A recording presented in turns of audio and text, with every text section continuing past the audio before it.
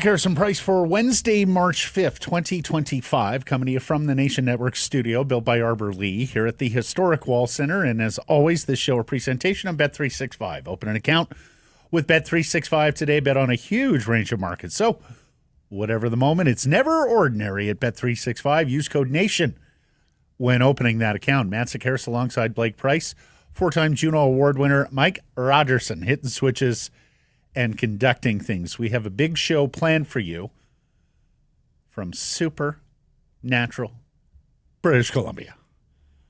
The Tourism Authority here at the Wall Center having a conference. Our old friend Michael J. down the hall regaling. Was not up to his apples. I was going to say, where's that champagne powder? Yeah, it's up there. It's where it should be. Where are the apples, Blake? Anatomy. I bumped into Michael J. Disciples from Big White in Switzerland over Christmas. He's worldwide, baby. He is. He's gone global.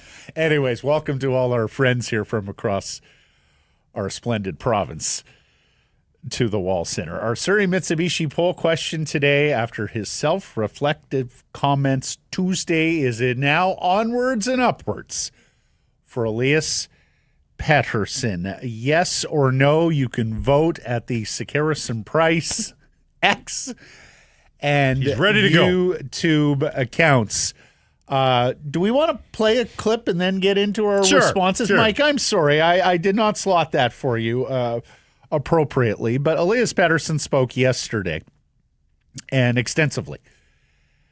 And as J-Pat noted, he stood in, he owned his issues, he expressed some frustration, he knows the team needs more. He copped to being reluctant to shoot, and he walked back his comments about dealing with the media after that Utah game.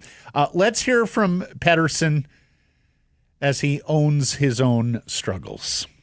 Well, I think about it a lot, and I mean, I'll just be honest. I haven't been the way I want to be this year. I haven't played to expectation I have on myself, the franchise have on myself, or have on me. So I'll be the first one to tell you.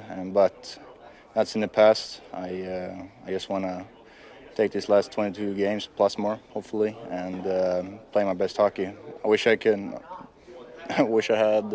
We had more wins. I wish I had to play a lot better, but I can't dwell on that anymore. And just trying to look ahead, and that's tomorrow games. Is the pressure pretty crushing? Or is it one of those things where it motivates you to play even harder? I mean, I think pressure's good. It means you care. And if I wouldn't care, I wouldn't think too much about it. But it's, I mean, I'm just owning up to it. I just want to turn it around more than anyone. And, good pride today, and I'm ready for tomorrow. What I like about this is that he expresses clean slate. He is forward-looking, not dwelling on the past. Have sometimes felt with professional athletes, particularly those who are really good and really competitive. I felt this about Roberto Luongo, that he carries failure forward because he just couldn't get over the failure. So what you're hearing there from Elias Pettersson is forward-looking, and I think that's important. Now, he sounded genuine. In the past, it has been, passive-aggressive. It's been inauthentic accountability. I think we can all agree. Which answers a bunch of you in the chat right now, Tyson included. Petey has said he's ready to go multiple times and has done nothing. We get it. For sure. That's the first thing that Blake and I talked about here, and in crafting the poll question as well, is, well, he has said a lot of these things in the past. It wasn't quite as believable. Yeah. As it was yesterday. And he kind of drew a new line, too. These next 22 games. What's happened, that's in the past now. And he sort of laid out of, I'm pressing reset now. Right. This puts extra onus on him, because if it doesn't happen again, if there's no market, no pulse of improvement at all, whew. I mean, we all know the fable about the boy who cried wolf. Yeah. Right? And so I'm left to believe, did he have a eureka moment? Did somebody get to him, his agent or PR, going, look, when you get back off this road trip, you're going to have to face some music here. Put on a brave face, sell it. Did he just not want to get booed on home ice? Are we close to Elias getting booed on home ice? Like, I don't think we're that far. We're not far, but it wouldn't be tonight. There's enough distractions because I don't think anybody really believes he's getting traded. So there's no farewell Pettersson game here. It might be a farewell Boeser game. And we'll get to that in a moment. And I think that would have offset any inclination to boo Pettersson here tonight. I think if that continued, we're 4 to 5 games away from that, perhaps at Rogers Arena. We're not far, but I don't think it would have been tonight. Well, put it this way. If in the final week or couple weeks the team is not going to the playoffs and he continues to struggle, I would put money on him being booed at home ice if he's not performing. Now, I did vote no on the poll question, and I voted no because until I see it, I can't yet believe it. Actions to me are more important to words. We'll get into that a little bit later on here in the program here from PD again. You vote yes or no? I'm going to say tortured here, Blake Price. I'm going to say yes, but it is by millimeters that I'm getting there. By millimeters. It is a tortured response. I didn't realize this was a measurement. Oh, yeah, you can measure it. Yeah. Mike, break out the ruler. The length of my empathy. Blake has empathy in a macro sense. Yeah. Just not really in a micro sense. I like people, the concept of people at large, but just, The daily poll question, a presentation of Surrey Mitsubishi, and Surrey Mitsubishi wants to get EP40. Yes, that one back on top. Everyone at the dealership beyond rallying around this hometown hero. Every time he scores a point, you save $500 the next day on a new or a used vehicle. If he gets 2 points, it's $1,000. If he breaks out a 5-point game, 25. Do the math. You just got to mention Sekerison Price, and the offer is valid until the next game day. Time to cheer EP40 back to the top. Score more, save more, more value, more savings. Bring them any offer. Surrey Mitsubishi will beat it. Visit 13820 104th Avenue. Let's get to our top story, brought to you by Yellow Dog Brewing, Neighborhood Brewing, Foolish Winery. No rentals, no rebuilds. Alvin signals his deadline plans, and the most aggressive front office in the NHL sounds like they won't make much of one. It's quiet, Blake. Wee quiet. But that comment was about hunting. We are hunting wabbits. We are hunting Elmas. So that was made with hunting in mind. But the Canucks don't appear to be hunting. They're not buying, they're not selling. Yeah. So you're trying to make hockey trades. Those can be difficult at this time of year. See more of the hockey trades at the draft. Alvin speaking to Ian McIntyre saying, quote, I think we're in the position this year where I don't envision any pickups like last year. I would say last year, I felt that the team, the way they performed and everything went right for us, that they deserved those late additions. I think this year is a little bit tougher for us because we've had inconsistency. Part of it is also where we've gone through injuries. When you look at teams that are talking about rebuilding, they're looking to get players like Quinn Hughes and Elias Pettersson. We have those guys. There's not a guarantee that players like that are going to be available in the draft. And if they are, they may not be good for 4 or 5 years from now. Finding superstars like Quinn, it's hard. I believe that with this group, we're just going to continue to build and get better. I don't envision us to take a step back. The results might not be the way we want, but I don't envision us to take a step back. What do you want to unpack there? Well, the step back has already occurred, but he means all the way back to a rebuild. I believe he means in person, yes. I think we need to give some context because we've had a trade today that informs what you, the viewer/listener, might think of what the Canucks should do. Seattle has just traded away Gord and Bjorkstrand with the 5th-round pick. This is a this reminds me of Tampa shooting their. This reminds me of Tampa blowing their brains out for Tanner Jeannot a couple of years ago. If you remember that deal, all those picks. So we all know like Yanni Gord and Oliver Bjorkstrand are good players, not great players. They're good players. Worth 5.4 for Bjorkstrand. Yanni Gord, I don't have him in front of me because he's injured.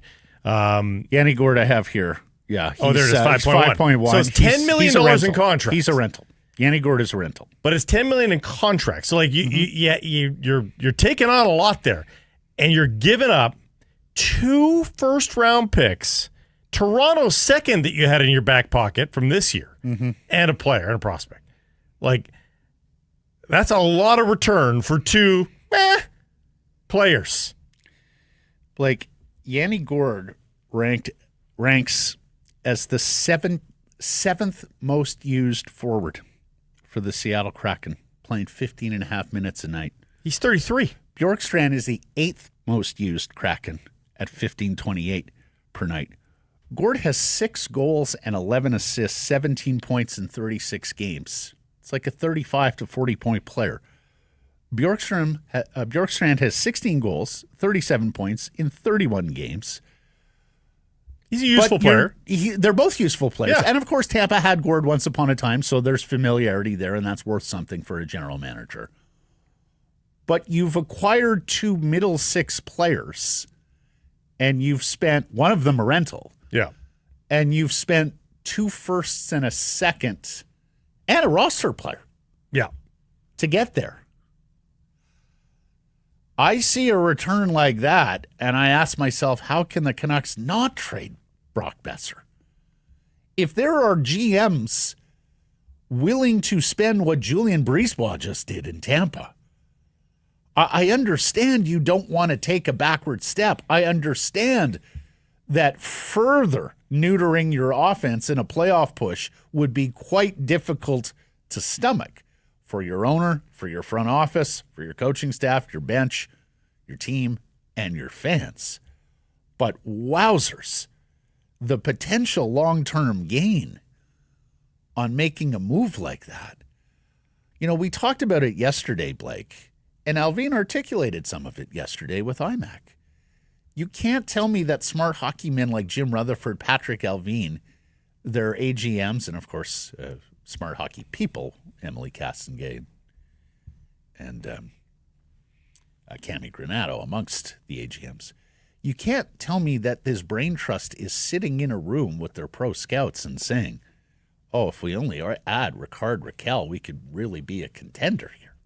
No, they know better. They know they're multiple pieces away from being a cup contender. So if you don't have the wherewithal to do that in the here and now, and they do not, how can you not come to the conclusion we're better off positioning ourselves for next season, making a move or two that's going to strengthen our cup chances next year? And you're not running up the white flag for next year either. Like, use everything that you can create here at the deadline and go purchase players. Like, I understand your owner wants to make the playoffs, wants to make playoff revenue. And as we talked about yesterday, while some view that as entirely just a selfish move on ownership's part, no, it's a half-measure nobility of we deserve to reward our fans with the Stanley Cup playoffs. We all know how much fun the Stanley Cup playoffs is. The electricity and crackle that runs through the city, courses through the city, is amazing.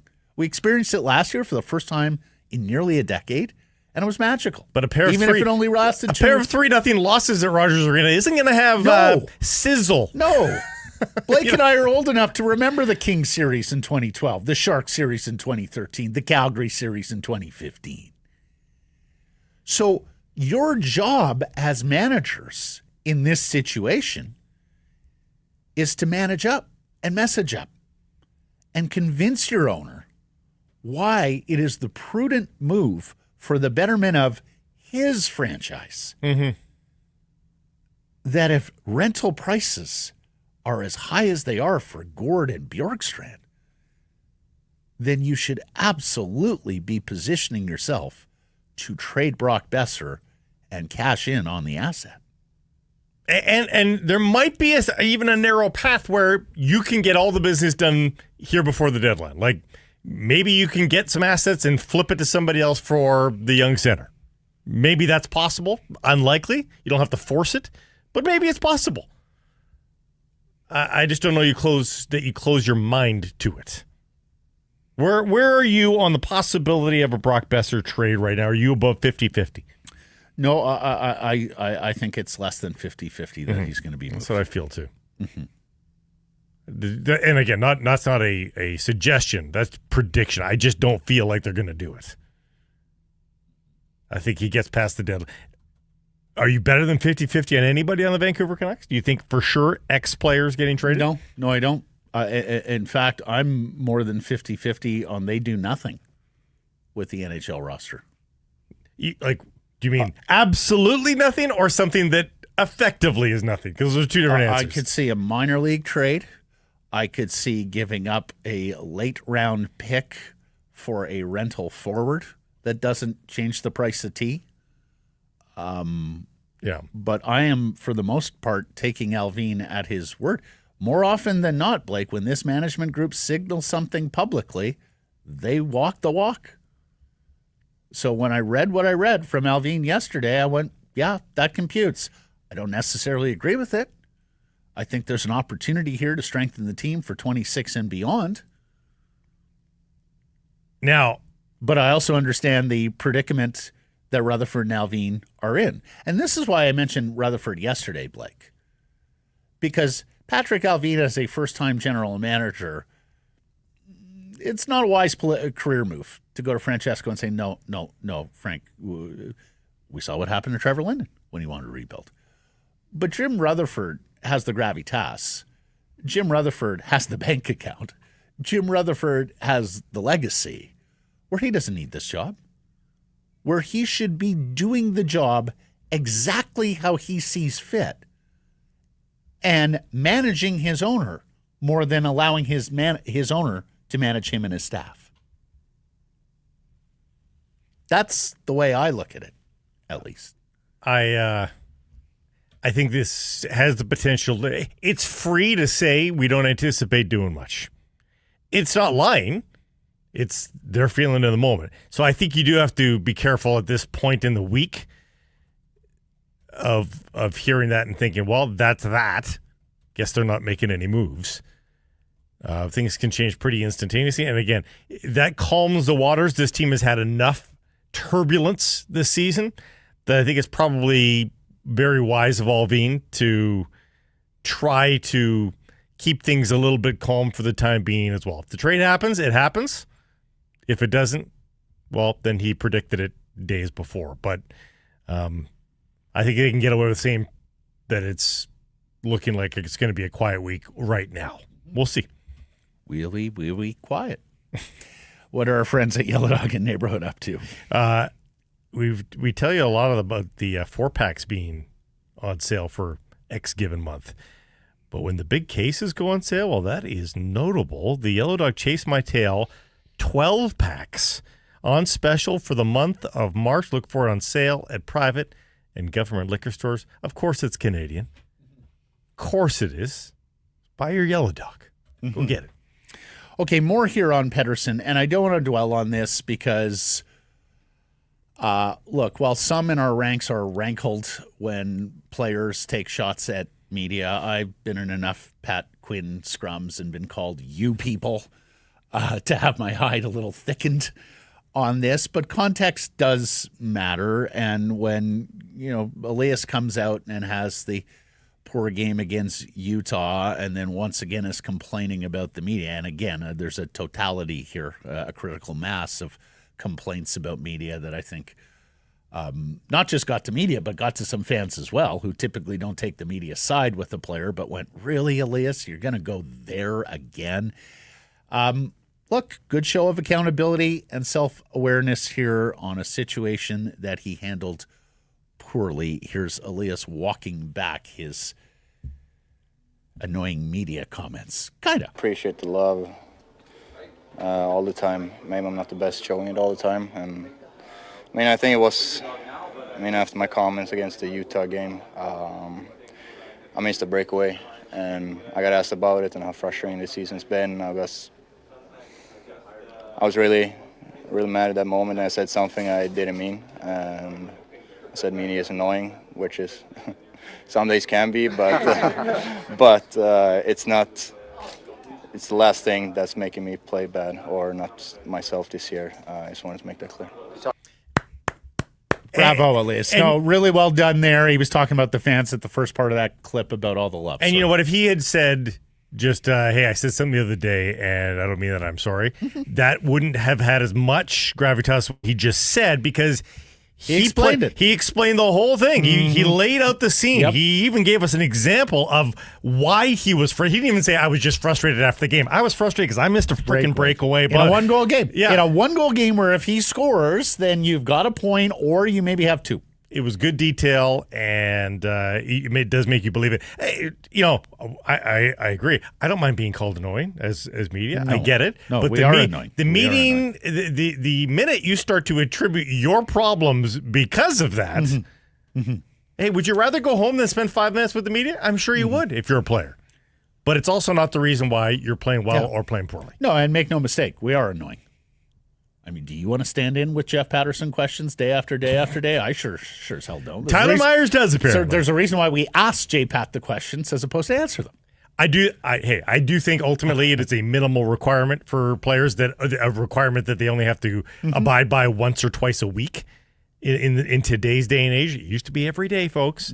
But still, I mean, can we handle that criticism? We can, but we're not controlling them via joystick from the rafters. So it was a very thorough account of what happened. And hopefully that, I mean, again, that's not the 1,000 pounds that's on his back, but it might be 80 of them.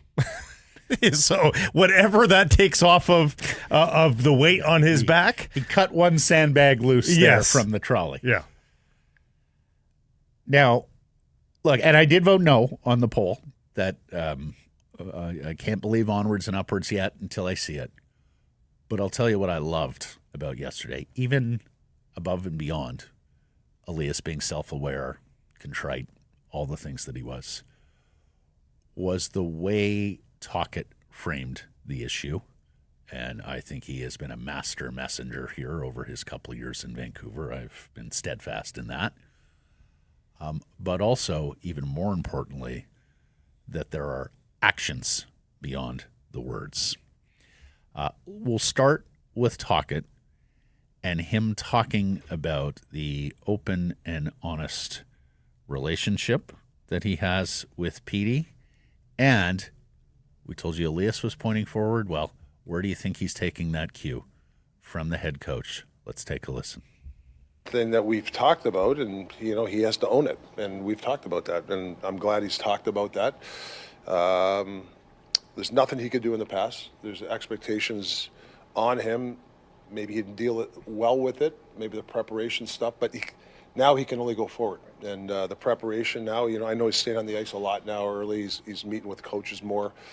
He's doing the last 48 hours or 72 hours, he's doing stuff that I'm like, wow, like that's the stuff we need from you. So, the way I look at it, he has a good 22 games for us. We might all forget about the 60 games or whatever this year. I think I've seen players have just average years and then have great playoffs. And what it is, that guy that has a great playoff, obviously he's signed, but that guy benefits. The team benefits. He reaps rewards because of that. So don't waste games. Like, he's got enough time to turn this thing around and help this team get where they want to get. It's too Disney movie to think that the switch is just going to get flicked and he's going to have a 3-point night tonight. I wouldn't expect that. But at the very least, people want to see proof in game pudding, but before you see it in the game pudding, it might have to be in the practice pudding, and at least it's being seen there. What I love about the messaging, though, is there is a lot of water under the bridge with these two, and it's a lot of dirty water, actually. Because I think at times Tocchet has felt Elias uncoachable, unreachable. And what he said yesterday was, Elias, fresh spring brook right there. We can both drink from Well, over the next 20. I was going to say, I don't give a shit what happened in the past. All I care about is the next game, and then the game after that, and then the game after that. These are the things we control. And even beyond that, Blake, I love that Elias is getting out there early to the practice sheet. yeah, that's what I'm saying. Asking with, that's the stuff that can make a difference. The sitting there and telling the media in a passive-aggressive voice, I'm my own worst critic. Sorry, no, that's not achieving anything. Actions, not words. Yesterday, he gave us the actions and the words. As the players will tell us sometimes, it's pretty easy for you to just sit there and be a critic. Well, the same thing for the player. It's pretty easy for you to sit there and be self-critical. Pretty easily say, yeah, I'm taking this hard. I'm my own worst critic. Be an agent of change. Exactly. But, I mean, we have to, Tocchet is looking for a life raft. And building this guy up and turning this guy's season around is a life raft for Rick Tocchet. I don't mean necessarily for job security. I mean for winning hockey games. And, it behooves Rick Tocchet to get way behind this rehabilitation train here and hope. Again, it's a long hope. You can't just flick the switch here if you're Elias Pettersson. But Rick Tocchet's got a hope upon all hopes that the next 22 are going to be a lot better than the first 60. He's got it. They have common interest. Yeah. They have a common goal. Yeah. Yes, they have butted heads in the past.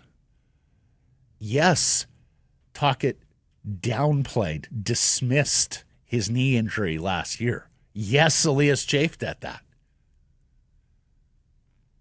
But you're both in the employ of the Vancouver Canucks for at least the remainder of this season, barring something quite surprising in the next 48 hours. And you've already had a situation, a rift with a teammate that led to his exodus. So learn from that, right? Apply. And as you say, be a positive agent here. You both need each other. The response on the YouTube chat, Woodlake, I'm so tired of waiting. Next one from Hutcho. No. I've heard enough. I'm putting $100 on Petey on a 3-point night. Rick, I'm not holding my breath. Next guy, his legs look better like Sonic the Hedgehog tonight. Eagle Bay, Petey with a multi-point game. Book the bet. So stay tuned for the Bet365. That's some people maybe Blake's going there. Some people are very much of the until you've done it, don't care. Yeah. And then others are like, I've heard it. I like it. I'm holding on to the hope. Yeah. We do have a I see super the chat. Super chat. Go ahead, read it. Big Mucks Deluxe. In my opinion, Nashville has had a more disappointing season than the Canucks. We have a good team having a bad year. Look forward to next season. Thank you, Big Mucks, for the super chat in benefit of the BC Mental Health Foundation. Yeah, I think that's fair. Nashville took a big swing to rehabilitate their team in the offseason, and it did not work at all. Well, they had no centers. Yeah. There's actually the Nashville lesson for the Vancouver Canucks is don't go out and spend a lot of money on high-priced, especially aging wingers like Marchessault and Stamkos unless you have centers. And I understand they met the first round of the playoffs last year, but if you want to argue that Nashville's had a more disappointing season, sure, but who gives a shit? I'd come home with a bad report card and say to my dad, well, little Johnny did worse. He said, little Johnny's not my problem. You're my problem. I'm seeing people in the replies here, Blake, about, again, this astonishing Seattle-Tampa Bay trade. We talked about a return on Boeser. What can Boeser and Suter in conjunction get you? Right. That's pretty akin to what Seattle just traded. I would argue Boeser's a better winger. No, that's a better package. Boeser and Suter? Boeser and Suter is a better package. Now, here's what two guys. Boeser is a better player than Bjorkstrand. Yeah. Bjorkstrand is under contract for next year. Yeah. Bjorkstrand is cheaper this year. That has to be factored in.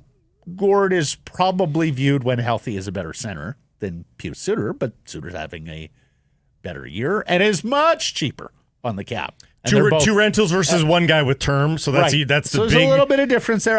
But the two players, It's not apples to apples. if we're just looking at the players, those two Vancouver players are better than the two Kraken players. It may not be apples to apples, but it's oranges to mandarins.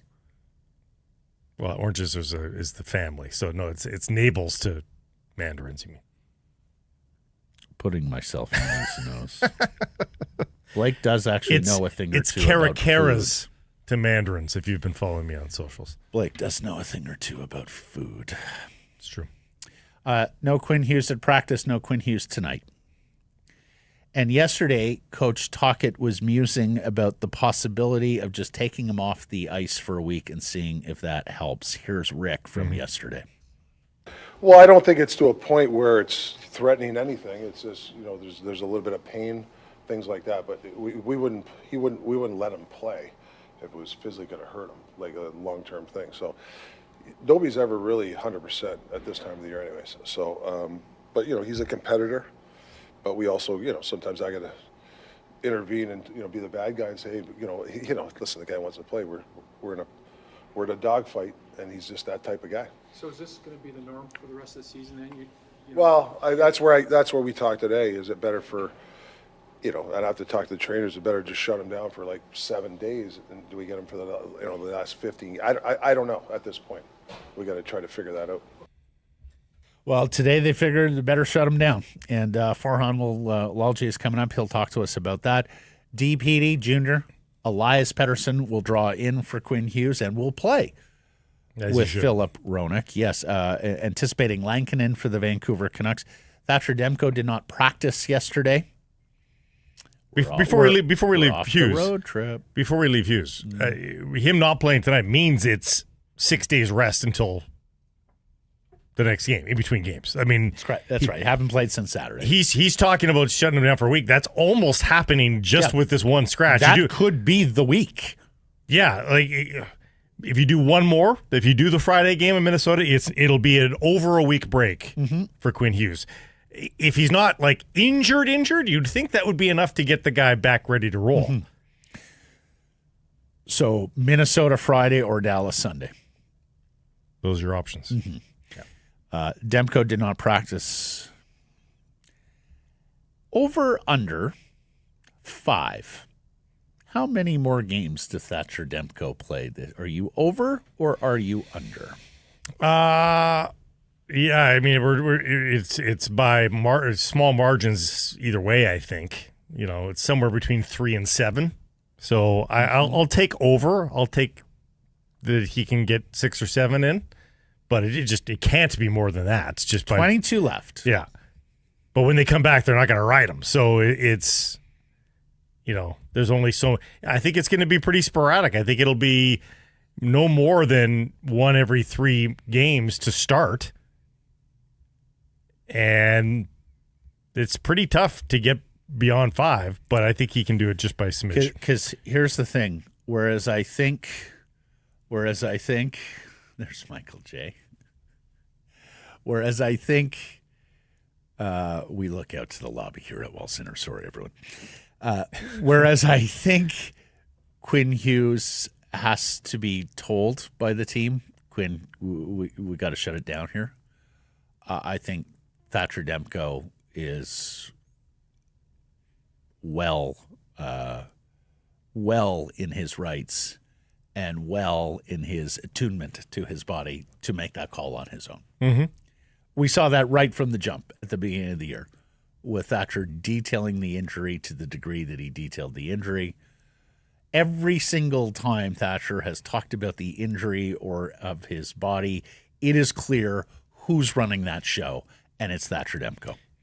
So, I would not be surprised if there's if the fear factor was shot into him over this past year with the injuries that he battled, including this popliteus and how rare and unusual it is, unprecedented for a hockey player or a hockey goalie. I think Thatcher is effectively at the point where this year is a write-off, and that will be about being as healthy as he can be going into next season, which is, of course, his walk year. Is it impossible to imagine he plays I'll go under. Is it impossible to imagine he plays one of the back-to-backs on the 15th and 16th? Yep. That's impossible. I think you're looking at the back-to-backs. I think he's probably going to play the back-to-backs remaining, either Montreal or Calgary, either Chicago or Utah. I don't think he's ready for the Montreal-Calgary. I don't think he's ready in a week's time. Well, he was supposed to be reevaluated, and he's back skating. Yep. But clearly, so I don't. Today on a game day skate would have been a perfect opportunity in a non-serious optional just to get some minutes out there. The fact that he wasn't, I mean, doesn't sound great to me. Yeah, they have those two back-to-backs. They have an Anaheim Vegas back-to-back in April as well. So there's 3 back-to-backs left. Yep, I think 4, 3 or 4. Yeah. A game versus Anaheim tonight. How about the Ducks? They're 6-3-1 in their last 10. They're coming off a big 6-2 win over the Edmonton Oilers Tuesday in the Alberta capital. 4 points behind Vancouver. They need to jump Utah, St. Louis, the Canucks, and Calgary for the playoffs. Have you seen this kid, Jackson Lacombe, their defenseman, and the way he has played of late? He is really emerging as one of the bright young defensemen in the game. And the Canucks are likely to face John Gibson, because Dostal played last night, who could be making his 503rd and final appearance as an Anaheim Duck. His name is in the trade rumor mill, and in fact, you almost wonder whether he was going to be left in Edmonton there. Maybe Carolina, searching a goaltender. But that's the visitor's side of things. Let's get to the home team, and let's get to the hometown boy. Because Brock Boeser will be playing his 562nd game as a Vancouver Canuck, and I am including playoffs. I don't know why people don't include postseasons when they talk about games, but like those are the most meaningful ones. The hardest ones. Exactly. Yeah. Most wear and tear. Just add the playoff games to the regular season games. Come on. So 562 for Boeser tonight. And he was asked, and a litany of questions from our first guest coming up here, Farhan Lalji, about potentially his final game in a Canucks sweater at Rogers Arena. Here's Brock. I'm trying not to really think about that. I honestly have no idea what's going to happen. So yeah, I mean, I'm really just trying to focus on the game tonight. Obviously, it might be a little difficult, but I'm going to do the best I can to really dial it in and be prepared to, we'll go out there and work hard and continue to be a leader and try and help our team win a hockey game. Doesn't sound like an extension is coming between now and the deadline. So how difficult is just kind of that uncertainty going into the deadline?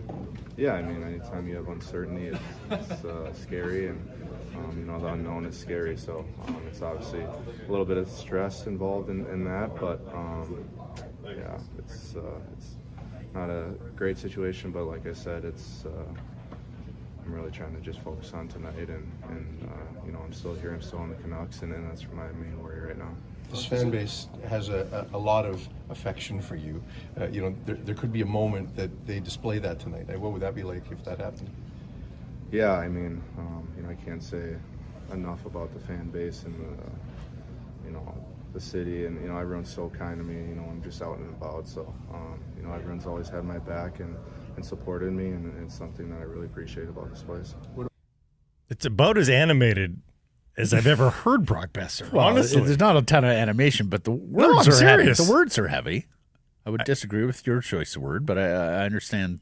No, but honestly, sometimes he just kind of happens to drone on. He's not the most animated guy.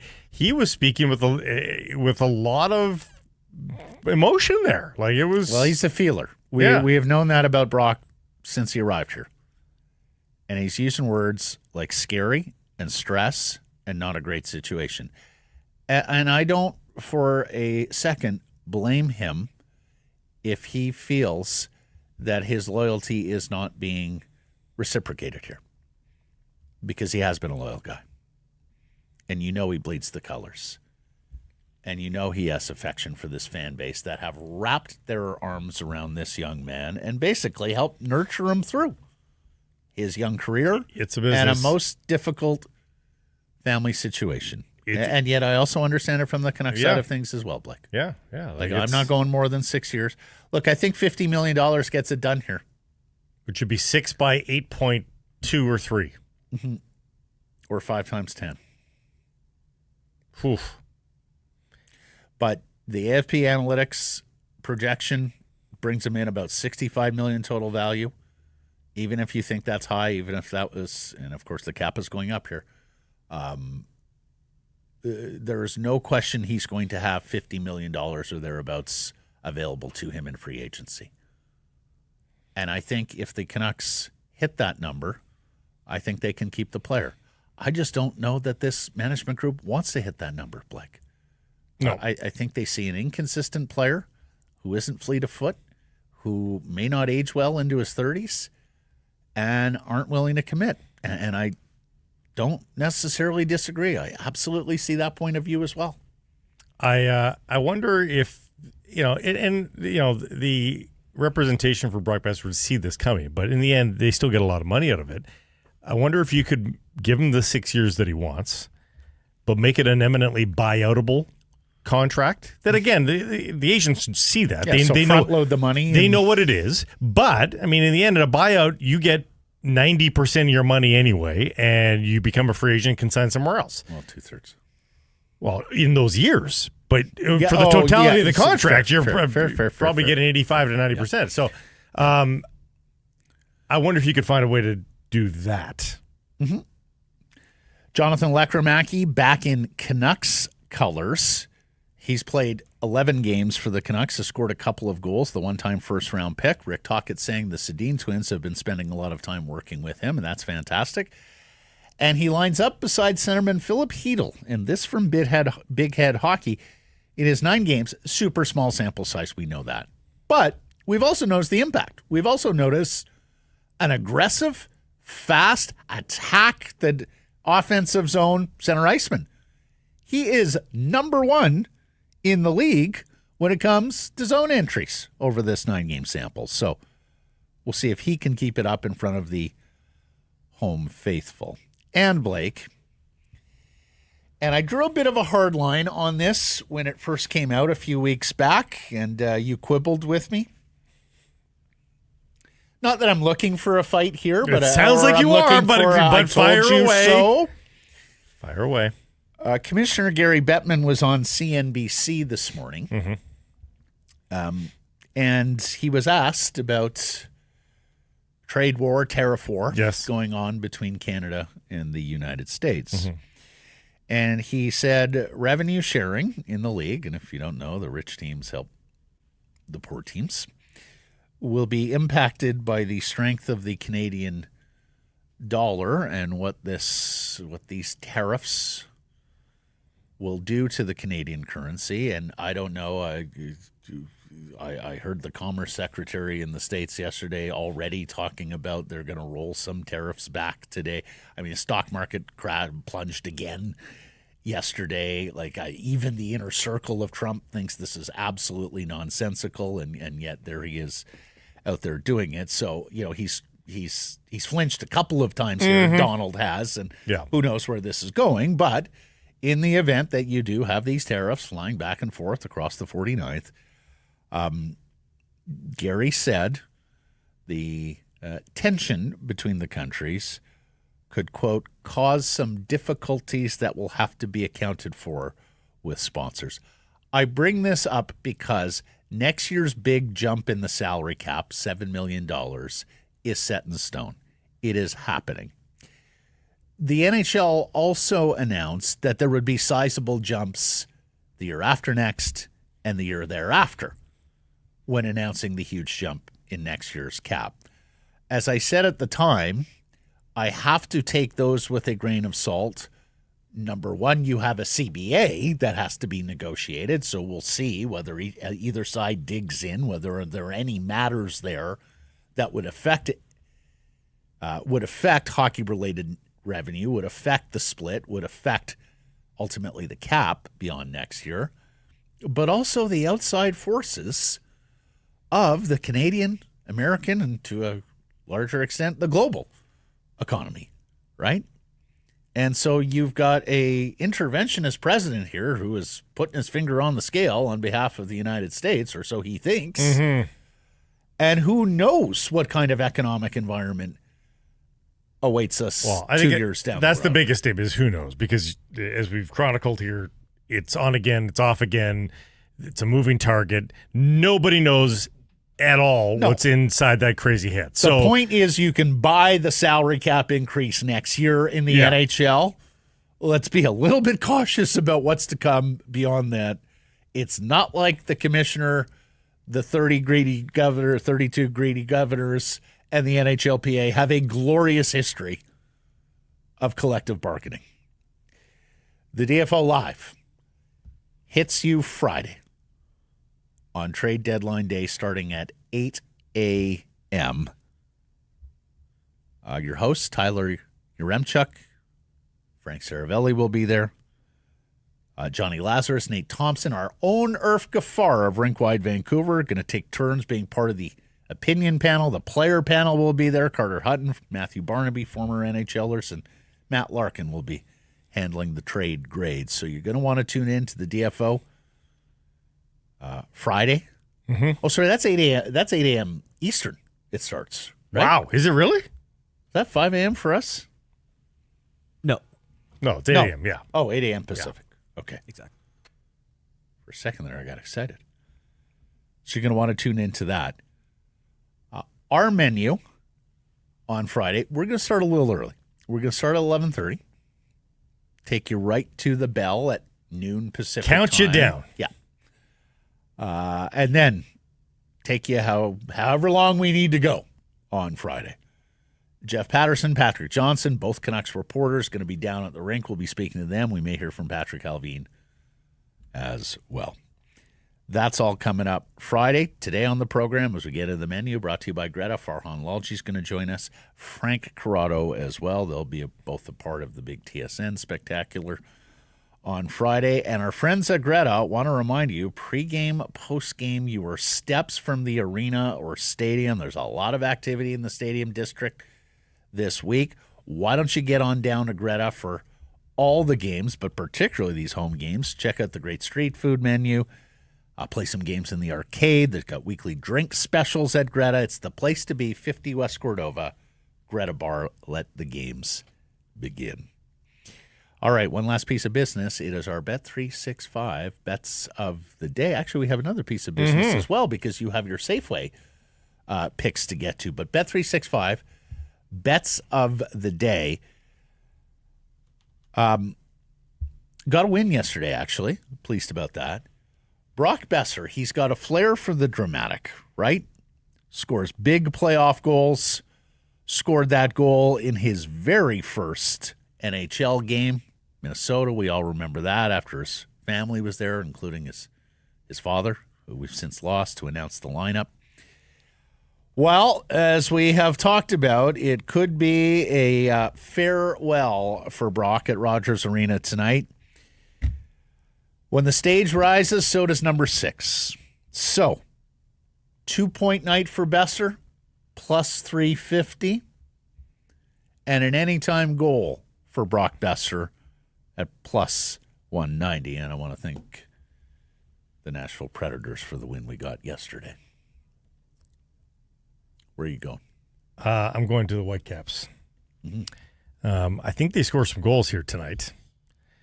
Brian White is tempting given his current run of form, and it's been a slower start. There's been really good contributions from the players not named Ryan Gauld. Not that Gauld's played poorly, but it hasn't had to have been on him.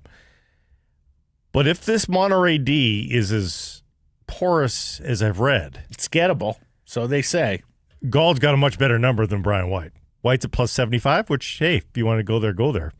I'll take 220, plus 220 on an anytime goal from Ryan Gauld over Monterey tonight at BC Place. Open account with Bet365 today. Bet on a huge range of markets. So whatever the moment, it's never ordinary at Bet365. Use code NATION when opening that account. And yet, we are not done with picks here because last week, Blake Price, he became our hamster here, running in the wheel. We wanted to see how Blake Price would do as part of the Safeway my NHL picks. Yeah, all you have to do is download the Safeway app, and you can play along. It's your chance to reap huge rewards with a chance of winning up to 150,000 Scene Plus points, and then you get exclusive grocery offers from NHL supply partners just for playing as well.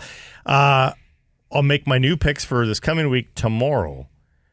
But as for last week, I did pretty well. I went 3 for 5. I got the Golden Knights over the Hawks. I got the Kraken over the Canucks. And I got the Golden Knights over the Devils. Only thing I missed out on was a 3-1. It was the one win the Oilers have gotten recently over the Carolina Hurricanes. And I thought the Canucks would have got the Ducks when they were down in Anaheim. I got that one wrong. So 3 for 5. Not the end of the world. Keeps you in the ball game. Yep. It's a decent start. Just finish 500 every week, Blake, and the totality, the critical mass may well do you well. Well, there's no ties. So you get it's one of the others. No 500. You got to pick winners. No, I know. But what I'm saying is just finish over 500. Over 500. You were 3 and 2 this week. Oh, 3 and 2 gets you to continue amassing 3 and 2s. That gets you to the mix playoffs. Of 4 and 1 in there. Yeah. And the next thing you know, you're vying for the title. Each correct pick gets you closer to those 150,000 Scene Plus points. So download the Safeway app and play along. We'll see who he picks tomorrow. Farhan Lalji coming up next.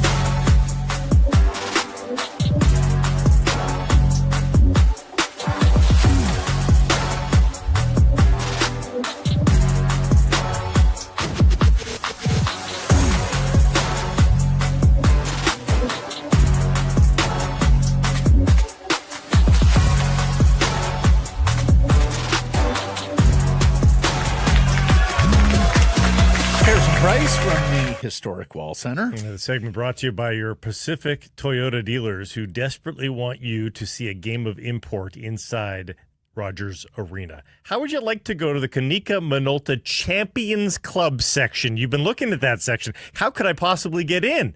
Here's how you do it. You go to the social of Pacific Toyota dealers. That is at Toyota Pacific on Instagram and Facebook. And there's your chance to win. It's also in our description, by the way, on YouTube, if you're watching there. The contest open only to residents of BC and the Yukon, and you must be age of majority. You'll have 2 jerseys on your backs as you watch the Canucks versus the Golden Knights, and it will inspire you also to check out their newest entry into the electric lineup, the BZ4X. Head to shoptoyota.ca or your local Pacific Toyota dealer today. Costs you nothing, decent chance of winning. Yeah. Here he is, a friend, mentor, coach, the dean of Vancouver sports reporters and TSN's West Coast bureau chief for nearly 3 decades. He doesn't throw that around lightly. He does have scheduled hits for Friday's big deadline show on the network, and he joins us now from Rogers Arena, the one and only Farhan Lalji.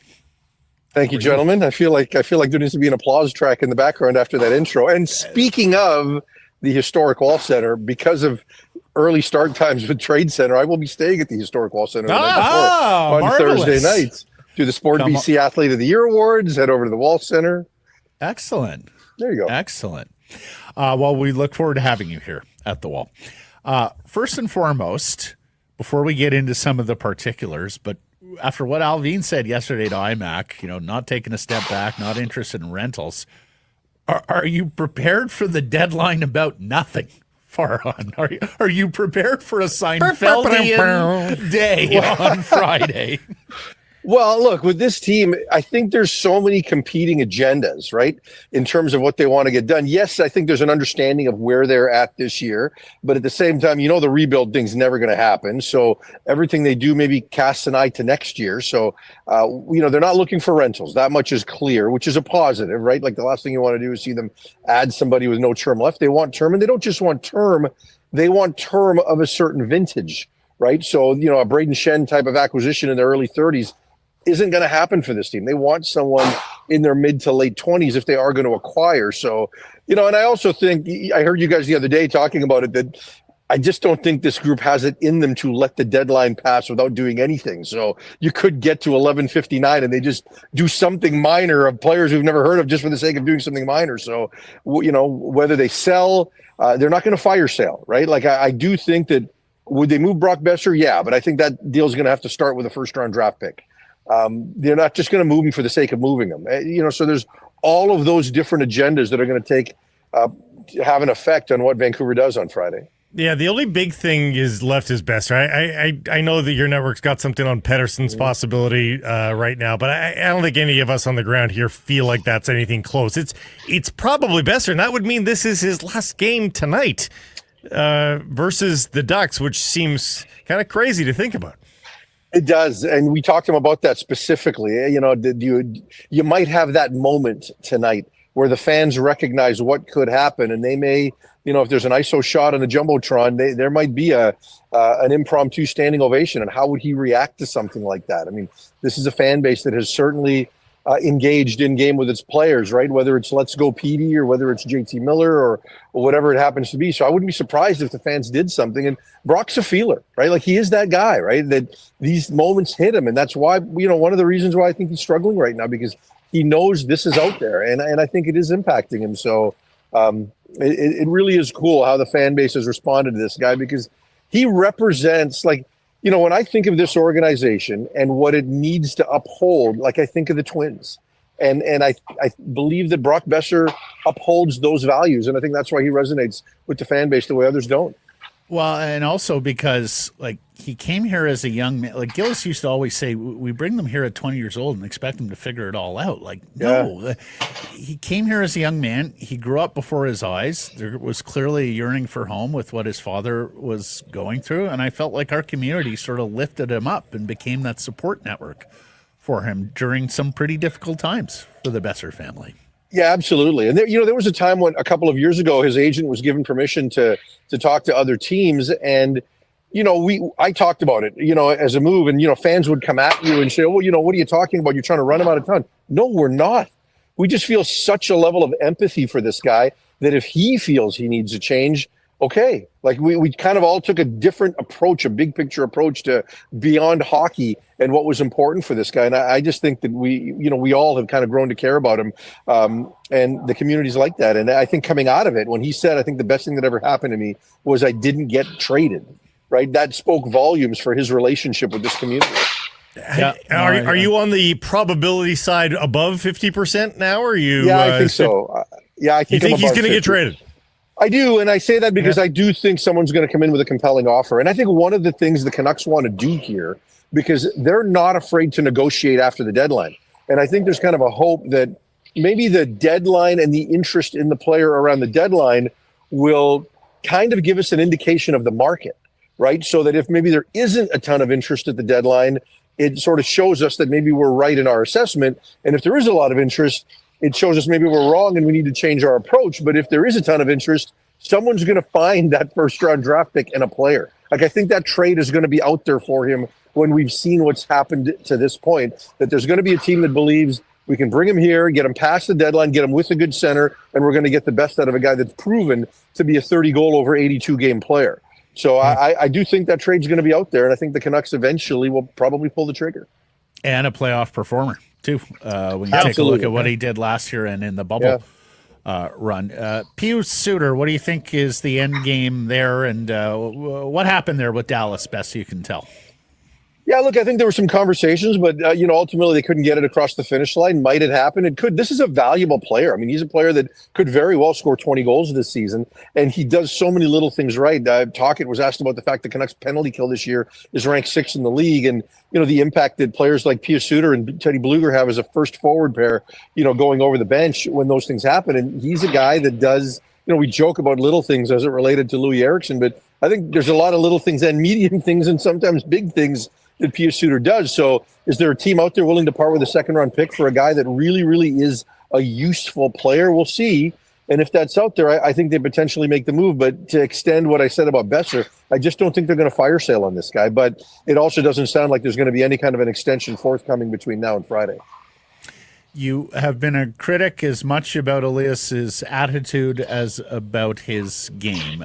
For that reason, I'm most interested on your take on what we heard from him Tuesday.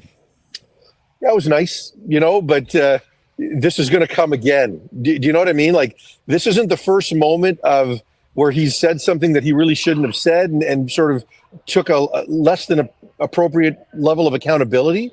And then he's kind of felt the need, whether it's through PR advice or what have you, to walk it back because you didn't come across looking good in that situation. And then a stressful moment comes again, and then we see what he's all about. So I'm curious not only to see what happens now, but what happens at the end of the year at that availability and what comes of it, right? So at the end of the day, Petey, just play, right? Just play. It's all nice and well and good to say some of these things, but at the end of the day, play. And I'm not willing to accept that this is 13 months of tendonitis. I'm just not. So at some point, he's got to get past that and play because, talk is nice. And with this player, the talk goes up and down. It comes back and forth. So let's see what he actually does in terms of on-ice process and performance.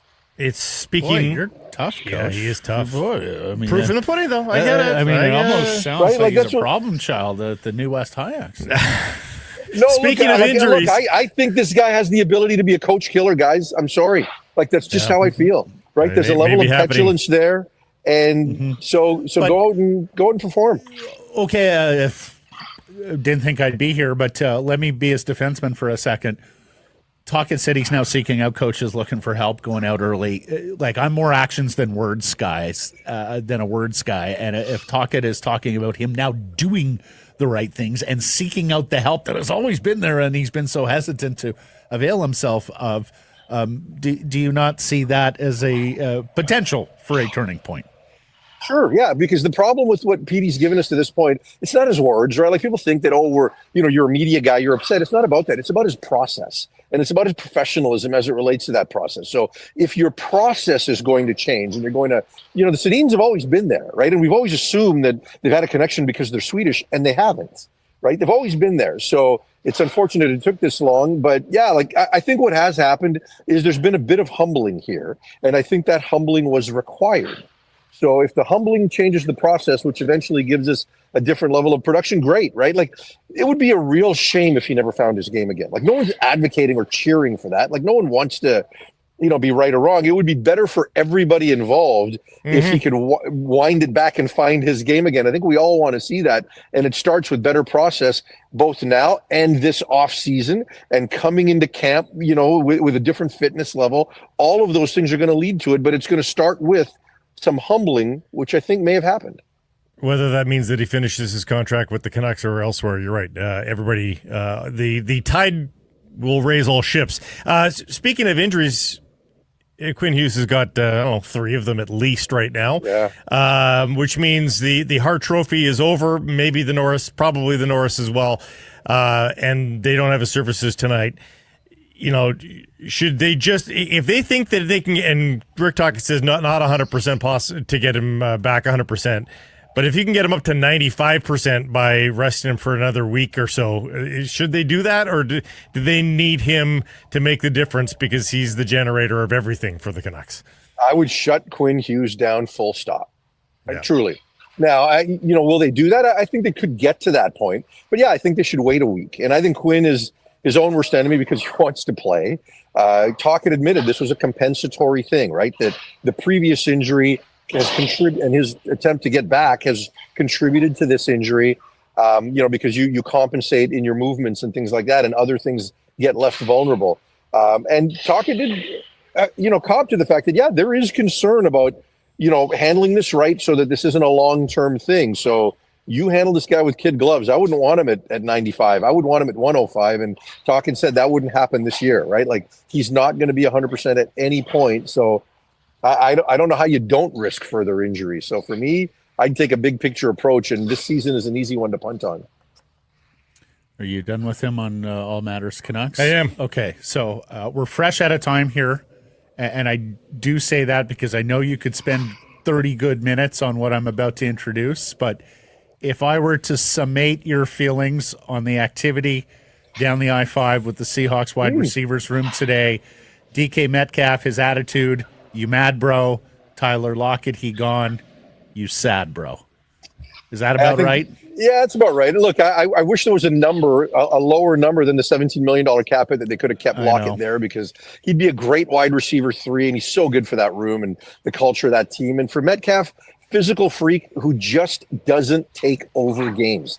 He doesn't live up to the body. And the fact that this guy could potentially get $30 million is not a good thing. I think it's a blessing in disguise for the Seahawks. Yeah, right. We'll get to more of that as the show goes on. Thank you for this. Enjoy your stay at the historic wall. Come say hi to the studio, and we'll catch up with you down the road, my friend. Let's do it.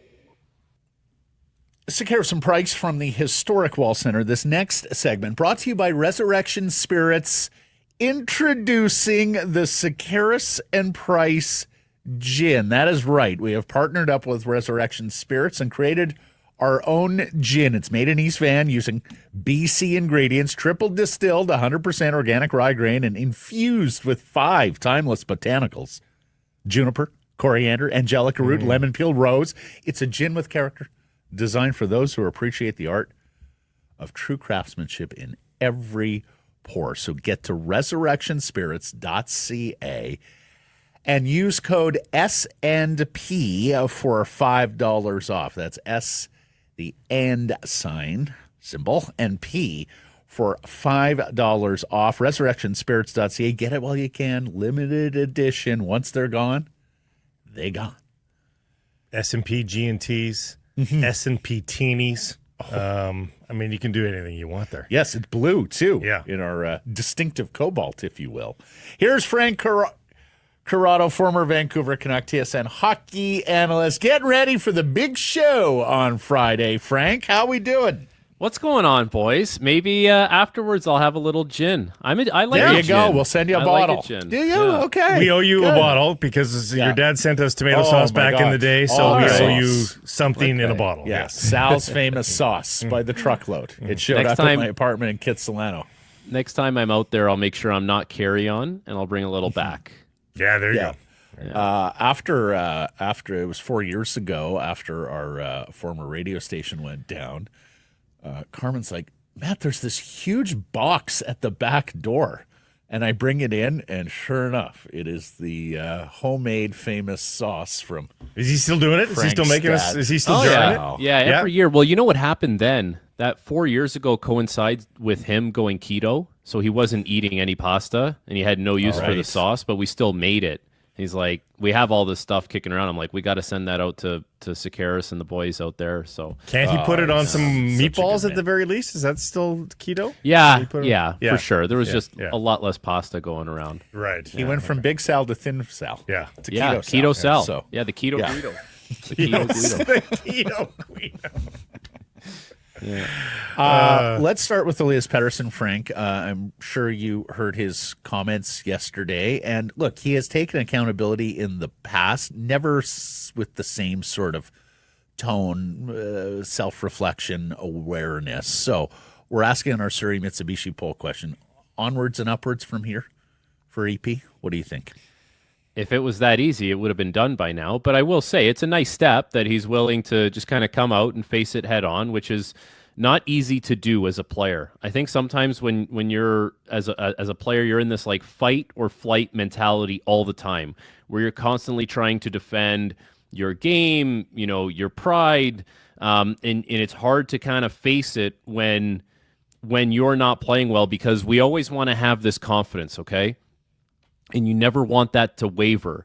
But when you finally come to grips and admit that, like, it's not going well, you're not playing well, you're basically saying, I don't have confidence, and you're not fighting that battle anymore. So I think for him to come out and say that the way he did, it obviously speaks to how frustrating it's been for him, but it's an awareness that, like, I'm not gonna kid myself anymore here. Like, I'm willing to really face it head on. It's not an easy thing to do, what he did. You're always in this defensive mode about your game, and so maybe it is onwards and upwards, but I just don't think it doesn't happen at the turn of a dime like that. Like it still will take some time, but this is just part of the process. There's a spectrum here that I think he's on, and I'm not sure where he is on it, where, you know, a guy could have a physical injury that he knows is kind of, it's not an injury, but it's the remnants of the injury that he knows he's weakened there or it's affecting him. He knows it, but he's unwilling to sort of come to terms with it and admit it. More in the middle is he thinks he's fine, but, you know, clearly it's affecting him and he's just unwilling to come to grips with it. Or it's all between his ears and it's just mental and there's, you know, a confidence issue and all that. And I don't know where he necessarily is on that spectrum. But would you agree that spectrum exists, and where do you think he is? It 100% exists. And I think the last one you were talking about where you say like it's all in your head, I think people get to that point because there have been real tangible things that have happened. So you live in that all the time. Like I found myself living in that towards the end of my career, and not on, you know, not at the NHL level, but just like when you're constantly hurt and you always have nagging stuff and you worry that the next one is around the corner, you could wake up one day and feel 100%, but you're not quite there mentally. And that's because of the buildup of what's happened to you in the past. So I think for him, like there's obviously been things that have happened that now he's more aware of, but I don't believe that it's just you live in this world where you can't get over this hurdle in your head. Like you probably still do need to feel like you're 100%, and that's why I think the summer is going to be so important. It's just so hard to get ahead of things when you're skating every day, you're traveling, you're playing games. Like you almost need to really invest in your summer and say, I'm going to do things that I normally wouldn't have done, whether it's some kind of seeking out, you know, some specialist mentally, a specialist physically for rehab. Maybe you go on a retreat somewhere nice, really clear your head. Like these are things that like high-end executives, high-end athletes, like these guys do these types of things.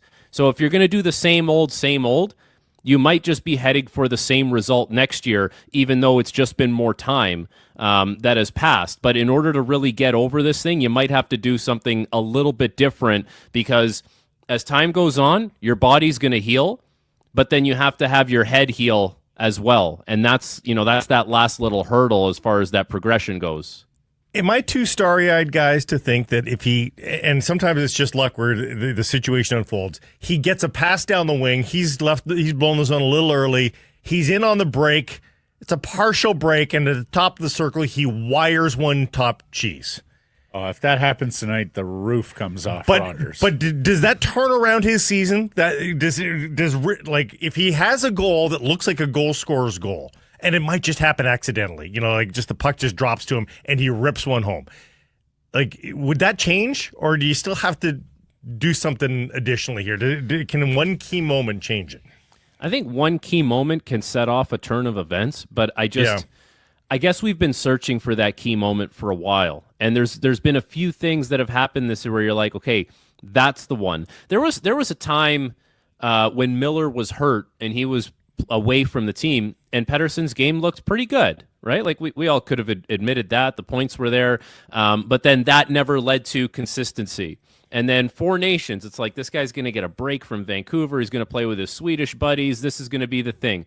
It wasn't the thing. Miller's gone. Like it's still like there's been a number of things that could have been that turning point, but it's never really stuck consistently for him this year. So as much as that would be nice for the confidence of the player, I don't think that's going to be that one thing that really turns it around. Like it has to be more. It has to be week over week. It has to be month over month. And as the season, like we're getting there. Like we're into the home stretch now, and so it's hard to fathom that it's just going to be, you know, a slap shot top cheese that turns things around. That's why I think it's like this is something that he needs to almost start planning his summer. Not that he's checked out from the season, but start planning your summer right now.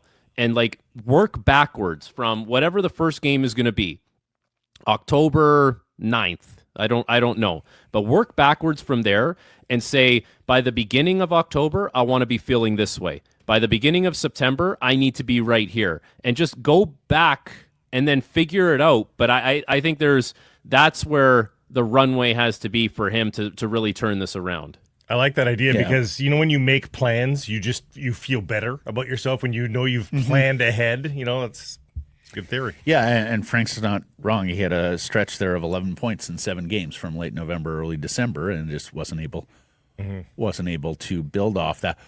Honestly, Frank, as much as the words landed pretty well yesterday, I preferred what Tocchet said. That in the last 72 hours, he's doing stuff like asking coaches to spend more time with him and getting out there early and working on his game. And because to me, that shows that he's reachable, that he wants to be coached now. Yeah. And that's been an issue in the past. Take us through that. I'm not sure what kind of player you were, but, a player of that immense talent, it has come so easy his whole life, right? The knee jerk is, I got this. I don't need help. I'll get myself out of this. I've been through this before. I'm going to get back there because I'm just that good a player. Whereas now he's actually seeking out help. And I think that is progress as well. In fact, I don't think progress than what we heard. Yeah, I don't think this is the first time that Pettersson has done that in his career because, I've got to know Bruce Boudreau a little bit now with our work at TSN, and he's talked about it. I've asked him straight up, what is this guy like? He said, he was willing to do that. He was willing to come to me and say, I want to do this, I want to do that. What do I need to do? So it's not the first time that there's been a communication line between Pettersson and the coach, and Pettersson is the one that initiated it. It's just, it's. I think you get to a point as a player where you realize you don't have it and you don't have the answer, and chances are the guy who's calling the shots with the ice time and the deployment and watching hours and hours of video, he might actually have it. So you might have to just go to him and say, what do you see here? Let's have a man-to-man talk. And I think it goes without saying that every player will struggle with confidence. Connor McDavid will, Nathan McKinnon will, all the best players will at some point in their careers. So it's not unusual that a guy that makes that much money in Elias Pettersson is struggling with his confidence. It is unusual that it's gone on for this long, and that, it's gotten to the point where he's got to have the conversations that a guy like me, who was never really in the lineup, would have to have with the coach. That's the conversation that the 7th defenseman or the 13th forward goes up to him and said, listen, I haven't played in 3 weeks. Clearly, I don't do enough for your lineup. What can I do here, to kind of get better? Can I go on the ice beforehand? How do I keep myself ready?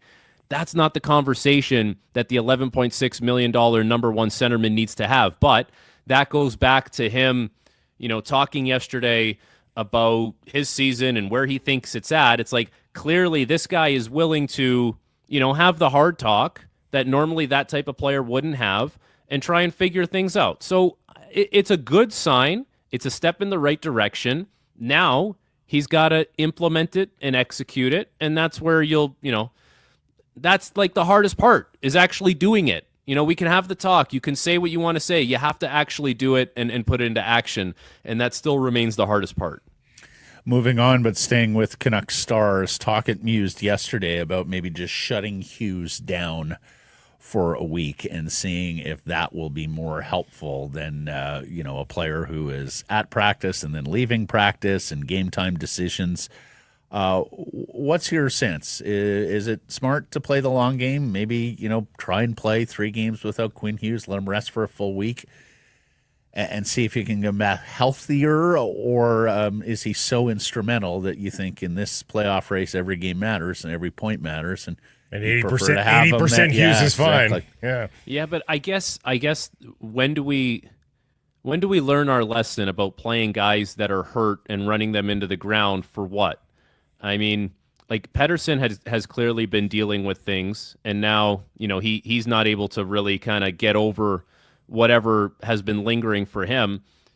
I'm not saying you will, but do you want to go down that same road with Hughes if you really try and squeeze it all out of him here and do more damage? I get that you're in a playoff race, but Quinn Hughes is bigger than a 2-month playoff race. He's the cornerstone of your franchise. He's one of the most important players to his team in the NHL. And while he will help you win games at 80%, the long-term of, making a guy like that play through things, which he's a warrior and he's likely not going to say no and he wants to be out there. But I just think with him, there's such a long-term, there should be anyways, a long-term vision in mind. And let's be honest with ourselves, okay? If Vancouver gets into the playoffs this year, like, are they going to make a run for the Stanley Cup? Is this the year that you're going to make a run for a Stanley Cup with no Demko, Pettersson not playing well, and then Hughes playing at 75-80% by the time you get to that point? No, it's not happening. So, like, what do you're really going to sacrifice the health of your star player just for, I don't know, just for a round or a couple home games? I don't know. I don't see the value in that. And quite frankly, like, when it comes to Hughes anyways, he should have been one of those guys where it's like, you take as much time as you need and you come back when you're 110% healthy, because you're way too important to the long-term success of this franchise. So I absolutely think that if he needs a week off, he should take that week off. Well, this one was a no-brainer for me versus the Ducks. Like, definitely give him the night off. Then he's almost got a week off immediately because they had their last big break on the schedule of these 3 days off. To me, this was a no-brainer for me. Lekramaki gets the call up. He had practice, and this is a much better Anaheim team. Oh, totally. But it's, again, look at who's coming up. Wild, Dallas. I mean, you might need him there. Lekramaki comes up. I don't think he feels the pressure to be the goal-scoring savior, but you tell me, what a guy like that's ripping it up in the AHL right now, but he's still just a kid. What do you think he's thinking jumping back into the lineup? I think a guy like that is not thinking of, I need to be the goal scorer for the team. He's thinking, I need to get a few so I can stick around and not go back down, or at least solidify myself. So, like, I know that I have the confidence, next year coming into camp or making the team out of camp, that I know the right spots to go to. I know how I can beat guys. I know how I can beat goaltenders. Like, that's more where his head would be at. Like, it would be unfair to put, the team's lack of goal scoring onto a kid like that, but he'll have his own internal pressure. And it may make it seem like it's, he's thinking about himself, but by doing that, you make the team better. Like, because you arrive and you're in the right frame of mind, you're doing the right things at the NHL level. But I think that's where the pressure would come from him. It's like, let's figure this out. The quicker I could figure out how to score in the NHL, the quicker I'm only playing in the NHL, and it's not this shuttle back and forth from Abbotsford to Vancouver, for another season. Filip Chytil is second in the league in zone entry since he became a Vancouver Canuck, behind only Connor McDavid. Yeah, I saw that. It's a small sample size, but is there a chance Filip Chytil could find another level, do you think? Dude, I was saying that it's all about health. Like, I was really optimistic about Filip Chytil when Vancouver acquired him. The only thing is the health and the concussion history. He's a good player. He's crafty with the puck. He's got good wheels. He's willing to hang on to it. Like, he's made some plays now as a member of the Canucks that we didn't see as much, prior to his arrival this year. Like, some stuff where you're like, that's interesting. Like, they weren't doing that, for before he got there this year. And I think part of him playing in New York was that he was never going to get past his role on that team. So he was kind of stuck there. I think now in Vancouver, there's more of a role for him to carve out. And if he just has that same creative self, that'll be good for him, good for the team. But I truly think as long as he's healthy, there is more than what he has been as a member of the New York Rangers, and surround him with good players as well, which always makes a difference. He's got a really nice skill set for sure. On trade deadline, Frank, the general manager, has come out and basically said the team hasn't performed to the place where it has earned rentals. He also said he doesn't envision taking a backwards step, which sounds to me like not willing to trade their rentals. Would you be okay if the Vancouver Canucks did absolutely nothing this week? I guess that's what I'm bracing for, Matt. I think I'm bracing for them to just do nothing. Because if you trade Boeser, okay, you recoup an asset, but your team doesn't score, and you moved on from a guy that scores. So now you're not any closer. You're not really addressing any of the things that you need to. But we know it's an organization that values that first round of the playoffs, right? Like there's a business element to that as well. But I think, yeah, I agree with his assessment that they don't deserve a rental. Like you're not going to go out and spend assets to bring in rentals this year. I think, when it comes to Boeser, you would have to be getting some kind of young player that you think is kind of popping into your roster, similar to the deal that you got with the Rangers, where you got a couple guys that you think can play. But like that's not going to be out there for a rental that may or may not re-sign with the team because his ticket is going to be $8 million in a lot of terms. So I think that's what I'm expecting. Vancouver is just going to sit there and say, we're going to try and make the playoffs with who we got, and we'll retackle the Boeser thing, whenever we can, or if we can agree to it, that's great. And if not, then we didn't get an asset, and we tried to make the playoffs with who we have. Do you, if they do nothing, handicap their chances for me of making the playoffs in this derby with all these teams now suddenly a little closer in the West? So them, Calgary, St. Louis, and Utah, I'd probably put out of the Anaheim 4 if they teams. win tonight too. Maybe, yeah, Anaheim. Right? It's crazy to think that Anaheim's not that far back. 38%. 38%. He quantified out of those it for 4. us.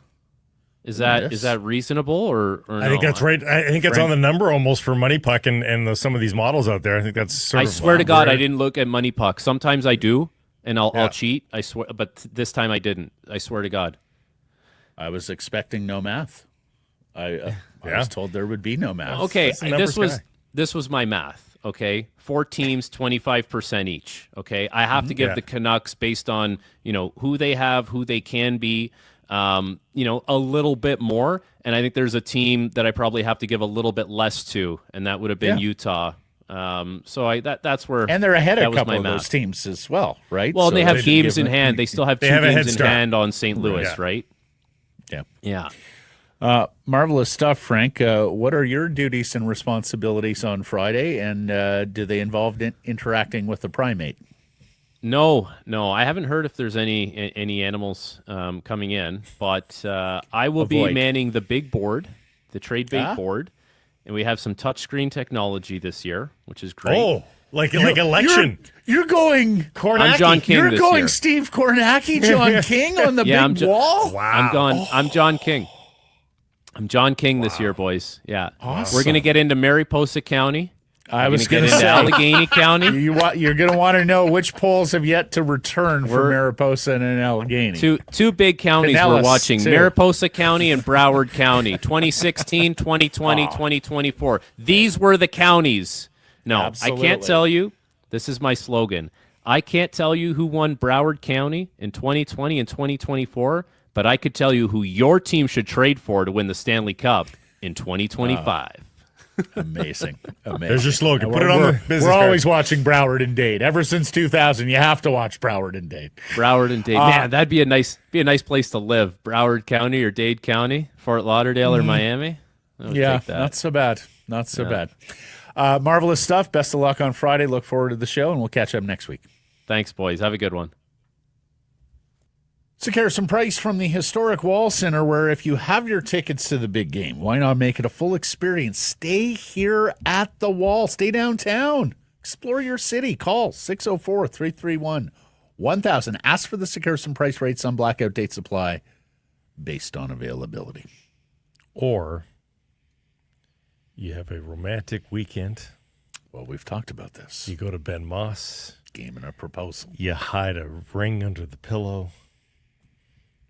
Just happens. Ben Moss will help you out with the ring, obviously. Proudly Canadian owned and operated with history dating back 100 years. So they know what they're doing. It's all about customer satisfaction, making sure you are number one. And there's 5 locations. You don't have to travel far to find one. Abbotsford, Victoria, Chilliwack, Willowbrook in Langley, and Coquitlam Center. They've got lab-grown diamonds, mine diamonds, and they've got mine diamonds available with payment plans as well. So you'll be okay there.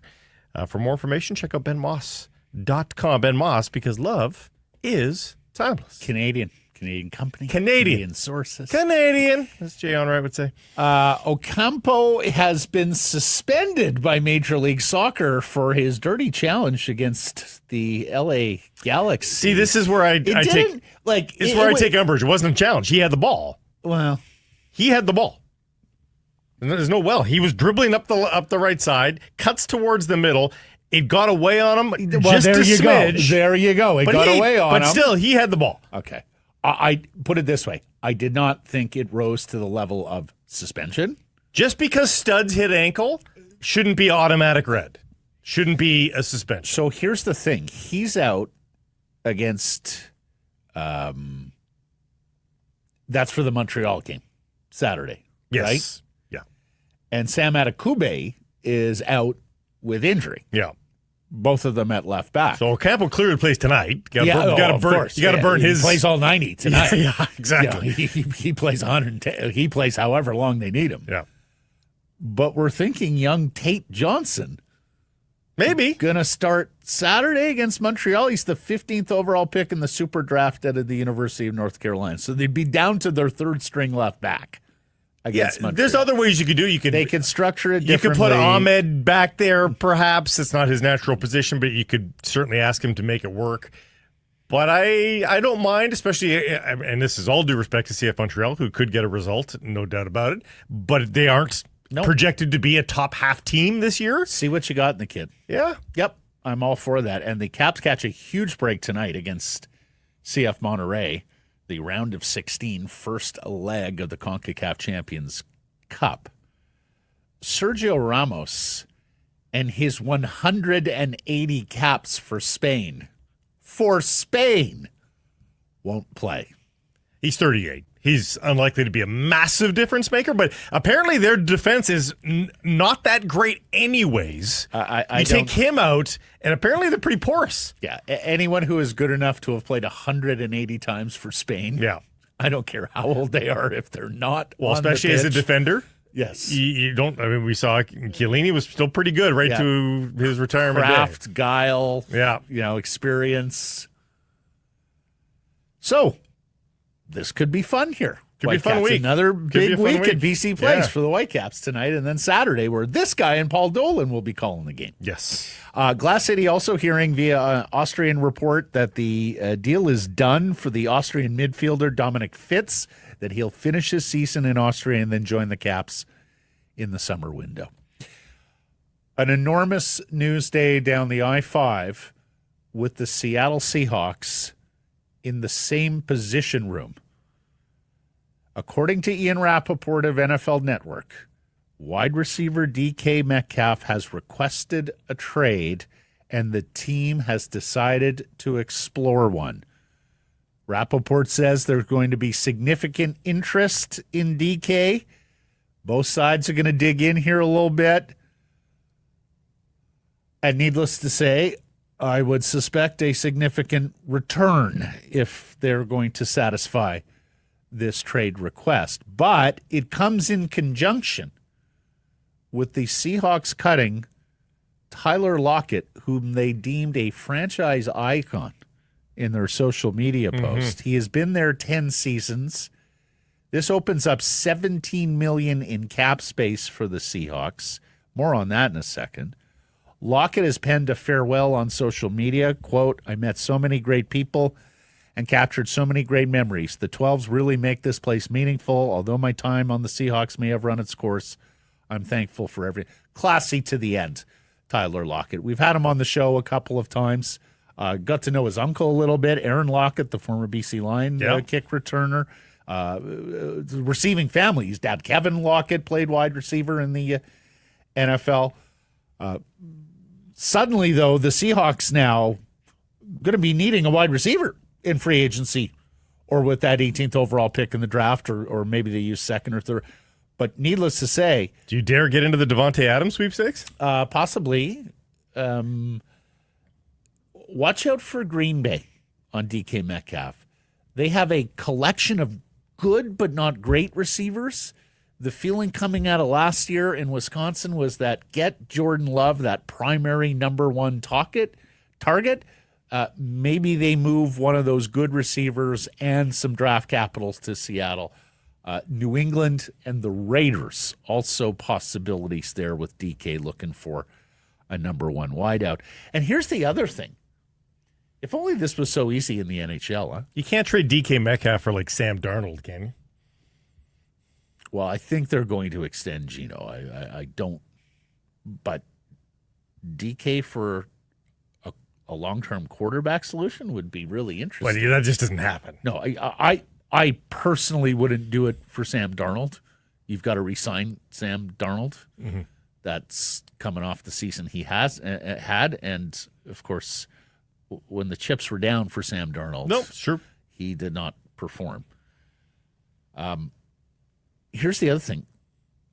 If you look at any of those cap space charts, the Seahawks were way down there at the bottom of available cap space, and yet, via some of these cuts, they can move right near the top of the NFL in terms of available cap space. Yesterday, they released offensive tackle George Fant, safety Rashawn Jenkins, defensive lineman Draymond Jones, and Roy Robertson-Harris. That saved them about $27 million in cap space, and they can create more cap space. Edge Uchenna Nwasu, they're working on redoing his deal, and a Geno Smith extension to lower his cap hit could open up roughly $23 million in cap space for this year. So they can go from one of the most cap strapped to one of the most cap space teams in the league. And it's getting busy in the NFL in advance of free agency. Interesting move by Kansas City, trading all-world guard Joe Thuney to Chicago for a 26th fourth-round pick. He had, of course, filled in at left tackle late last year for Kansas City. They are further weakening their weakest position group, although they are bringing back all-pro guard Trey Smith on a franchise tag. The Bears have acquired two veteran guards here in the last 48 hours. They traded for LA Rams guard Jonah Jackson, so they're committed to protecting rising star quarterback Caleb Williams a little better this season. Caleb was under fire and created himself a lot of problems by not getting rid of the ball in his rookie season. And then there's the Eagles. And it wasn't long ago we were talking about how disposable running backs are, huh? We've seen the last of the great running back. No one's going to hit 2,000 yards again. Saquon Barkley getting a 2-year, $41 million extension. It makes him the highest running back in paid running back in NFL history. Now, and as people are pointing out, he was 1 year into a 3-year deal, and they've extended him within the same league year. So quite a reward. But this is an extension on those 3 years, or replaces the final 2 years? This replaces. Yes, it replaces. Yes. But I still think, regarding the... They could have just said, hey, you're on a 3-year deal. You're going to play for what we signed. But no. But with regards to the treatment of running backs, I think it still bears noting, because it just replaces the 2 years, people are willing to pay short term for the running back, Wow. That makes sense to me. Oh, for sure. But of course, in the NFL, it's not guaranteed. Not guaranteed anyway. In terms, the way you structure it, yeah. And BC Lions making some news as well. They have promoted scout Rob Ralph to assistant general manager. Ralph has been with the team this will be his 7th season. He had been the top Canadian scout in charge of the CFL draft evaluations. He's from Ontario. Joined the team in 2019, spent some time as a regional scout. They've hired an American scout as well, as Ryan Rigmaid, and fortifies his front office and as well as delineates some of the responsibilities that he once performed for the BC Lions as the chief lieutenant to the former general manager duo of Neil McAvoy and ex-head coach Rick Campbell. Surrey Mitsubishi poll question results from Tuesday. Did the Canucks trade the wrong guy? The Miller Pettersson question. People said no. Correct. Percentage? 78. You cannot be serious. Yeah. It's 54. Missed it by a mere 24 points.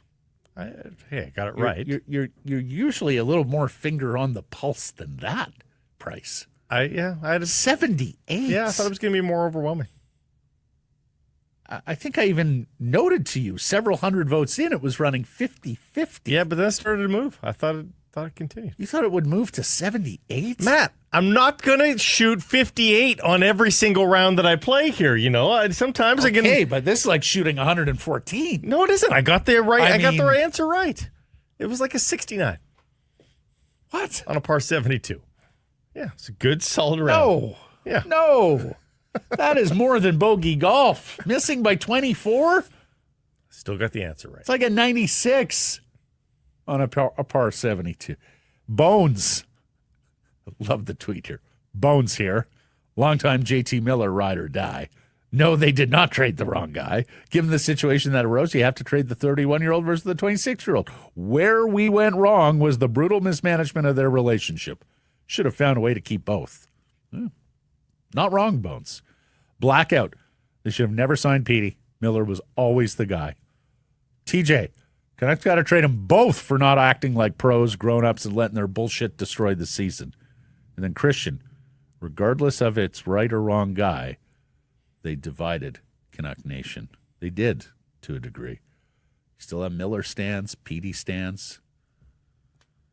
There were a lot of people who, like TJ, wanted them both to get together and fix their shit, but didn't happen. I do not have an error or an omission. Rare is the day. Whew. Anything to self-report? Nothing that I came across, and nor is there anything in the inbox. Wow. Yerky must have been very busy yesterday. We do have one. Our website was down for a bit last night. It was. So it's now back up. We'll take the E on that. Thank you to somebody pointed that out to us. Thank you to Noel. Appreciate the heads up. If you ever see something that's wrong with any of our social platforms, something wrong with the podcast feed, what have you, do let us know. We appreciate the heads up. So thank you, Noel. And thank you for joining us here today. Appreciate you spending some time connecting with us. Please do subscribe to all our assorted channels, YouTube, and wherever you get your podcasts. Follow on social. That's X, Insta, Facebook, TikTok, YouTube, Blue Sky, live on many of those platforms, noon Pacific time. We will be starting 11:30 on Friday, as previously mentioned, a little run-up to the trade deadline. And please do support the community sponsors you hear us talking about. Keep it local.